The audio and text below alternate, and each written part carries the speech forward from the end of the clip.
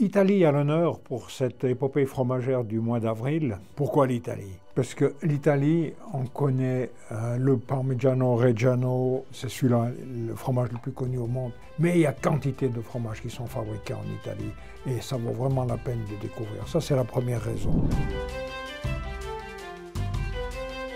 La deuxième raison, c'est que je travaille avec un collègue affineur. C'est la famille Ciresa qui affine du fromage depuis 1920. Donc l'arrière-grand-père avait commencé l'affinage. Et la chance qu'ont toute cette famille, maintenant c'est les frères, qui affinent les fromages, qui sont dans une vallée, on l'appelle la vallée du fromage.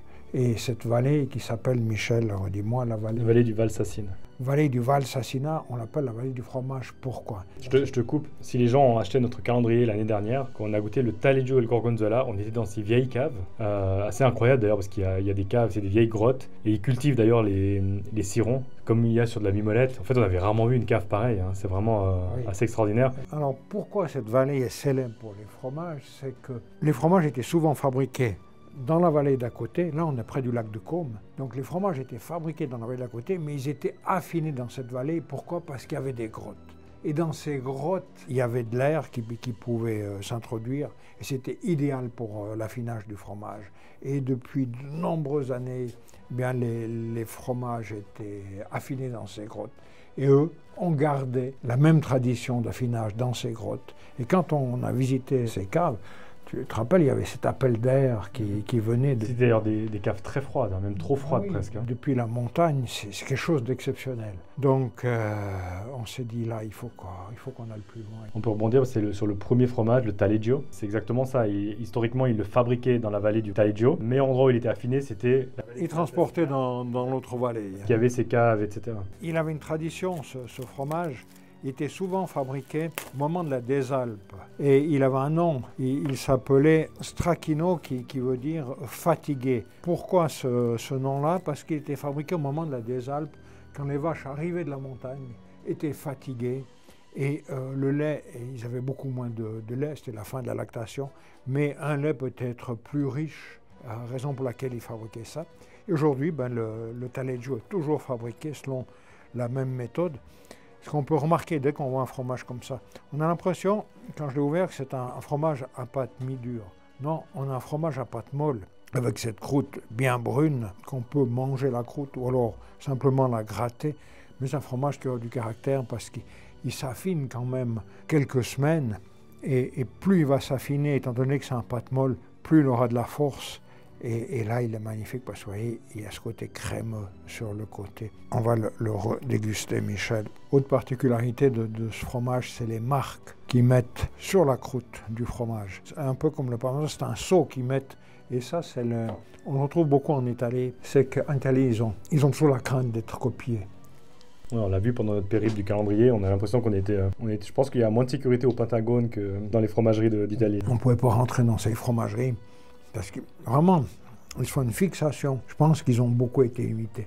Je pense que quand on est rentré dans la fromagerie du camembert de Bufflon, c'est ce qu'il nous a dit. Il nous a dit « Ah, mais la dernière fois, j'ai perdu beaucoup d'argent parce que quelqu'un est venu filmer. » Enfin, ouais, ils sont vraiment... Ah oui, ils ont la hantise d'être copiés. Certainement qu'il y a eu des fromages de contrebande qui ont été fabriqués.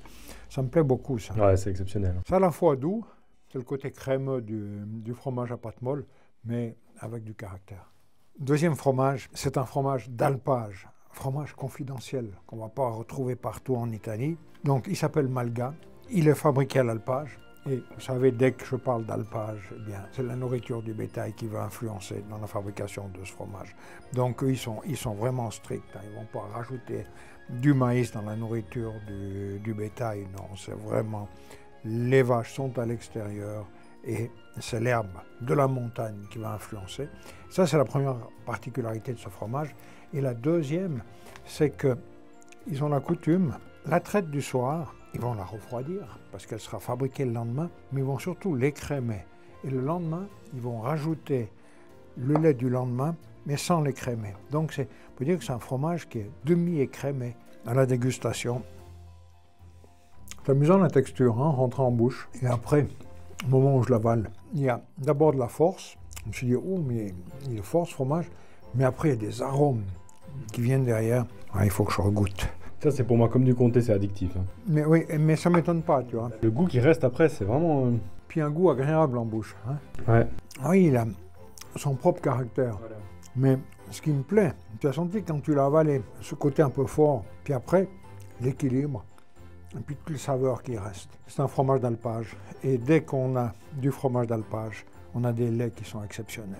Troisième fromage. Celui-là, je te coupe, mais je l'ai remangé hier. Je pense qu'il rentre dans mon top 3 de mes fromages favoris. Il est exceptionnel. Donc, son nom, Gran Capra, fromage de chèvre. Qui fait penser d'ailleurs au Grana Padano. Hein. Oui, évidemment. Qu'on confond souvent avec le parmesan, c'est pas le même fromage. Par contre, c'est qu'avec du lait de chèvre, mais aussi partiellement écrémé, et vraiment avec la méthode de fabrication du parmesan. Il a 10 mois d'affinage, hein, ce fromage-là. Tu vois, au nez... Au nez, tu as le parmesan, tu as un parmigiano reggiano, mais tu sens qu'il y a un truc qui cloche. Mais la chèvre, très légère. Hein. Mais je te comprends. Non, c'est une dinguerie. Au début, tu as la chèvre, tu dis, ouh là, ça va être un fromage de chèvre. Ouais. Le chèvre se calme, et à la fin, tu as une sorte d'explosion de saveur toute douce. C'est la douceur qui est étonnante. C'est incroyable. Quand tu prends un fromage de chèvre, tu n'attends pas ça. C'est quand même magnifique. Hein. Tu prends la recette, tu mets un autre lait, et tu fais un fromage qui sort de l'ordinaire. Je comprends qu'il te plaise beaucoup. Ça, c'est une très belle chose. Nous, on l'a dégusté comme ça, et c'est comme ça qu'il est peut-être le meilleur. Mais avec ce petit goût de chèvre, je verrais bien râpé dans un risotto, où on aurait le même effet que le parmesan dans le risotto, mais avec cette petite pointe de douceur et ce petit côté caprin qui va ressortir. Faites le test, ça vaut la peine. Quatrième fromage, Deliziola. Dès que vous voyez ce fromage, Michel, tu penses à quoi en voyant ce fromage? Gorgonzola. Hein. Tu dis, il m'a sorti un gorgonzola et il est fabriqué de nouveau avec le même procédé de fabrication que le gorgonzola. Simplement, à nouveau, c'est du lait de chèvre. Cette fois, du lait entier de chèvre, pas du tout écrémé. Et à nouveau, c'est à la dégustation qu'on va se rendre compte de la différence avec un gorgonzola. Et vous voyez, ce sont des tranches qui sont sorties, parce qu'on a fait des trous et l'air a pu passer.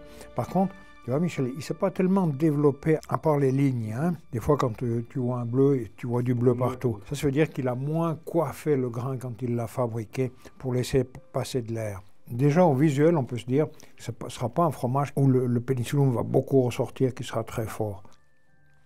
On est bien dans la lignée des gorgonzola, d'accord? Il y a ce côté doucereux. Hein. Gorgonzola, il y a le doux et le piquanté. Là, je dirais que c'est un doux. Ce qui me plaît beaucoup, si vous n'êtes moins amateur de chèvre, bien, vous allez quand même aimer ce fromage parce que ce n'est pas le chèvre qui prédomine quand vous le dégustez. En tout cas, on espère que vous avez apprécié cette box parce que c'est quand même le côté cool de notre métier, c'est quand on découvre des caves comme ça et qu'ils sont capables de nous fournir 4 fromages comme ça et de vous faire partager ça parce que nous, on a passé 3 heures à discuter avec Marco et à déguster ces fromages-là et tout de suite, on s'est dit, il faut qu'on fasse goûter ça à nos abonnés de la box. On espère qu'ils apprécieront ça. C'est vraiment ça. On découvre des pépites. Première réaction qu'on a, c'est partager.